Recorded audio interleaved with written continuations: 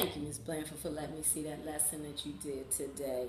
Um, I noticed the objective was to focus on the character's thoughts, actions, and you were doing inferencing for them to try to figure out what the moral or the lesson learned was. And your topic was the ant and the grasshopper. What made you choose that one? Because the unit for this quarter for the second graders are for them to do fables. And one particular fable that was in the unit plan was the ant and the grasshopper. They seem to enjoy that lesson, and they seem to enjoy that story, that fable. So I did it I did 3 reads, and the read that you came in and observed was the second read, which is the gist of the story.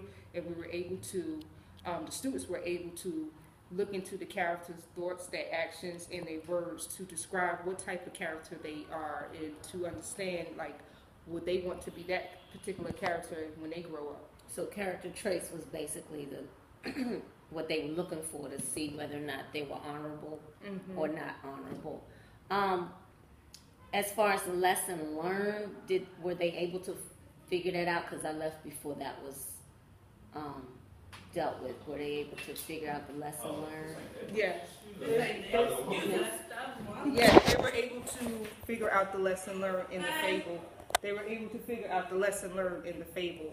The lesson one student was able to say and to speak about how it's better to plan than to play around, and it's not, you should always help out, and it's better to prepare for the future and not wait till the time that it's being in.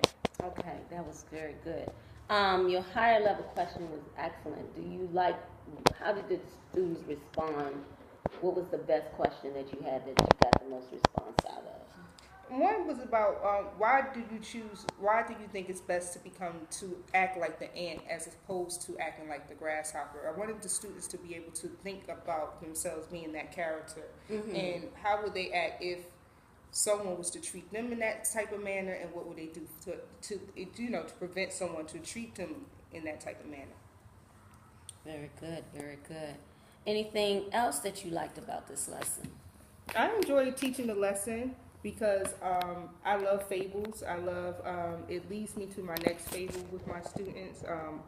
We discussed about the empty pot. We discussed the 3 little bears. We discussed Little Red Riding Hood. So they enjoy fables because at that age, kids love to, read stories about animals taking on character traits of human beings. Okay. What in the lesson would you have changed?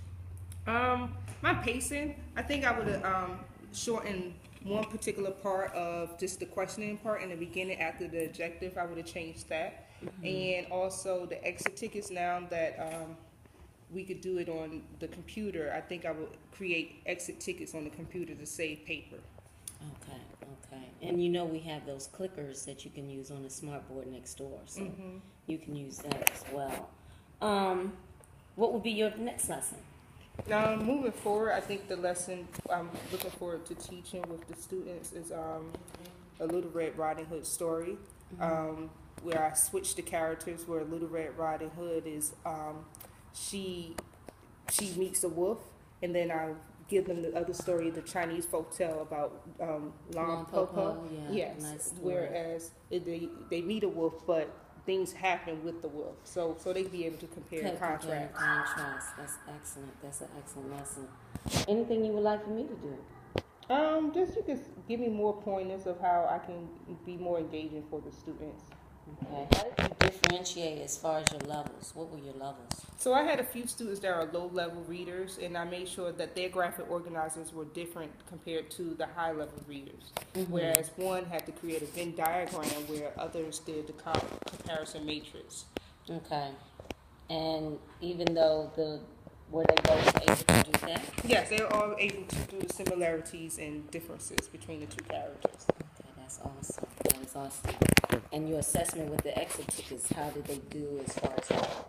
I got 85% of mastery on the exit tickets. Oh, that is excellent. What do you plan on for those who didn't? Reteaching.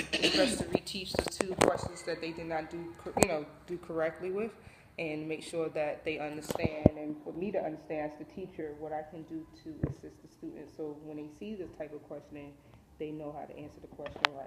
Okay, and you'll do that in a small group? Or Yes. It's been a minute now.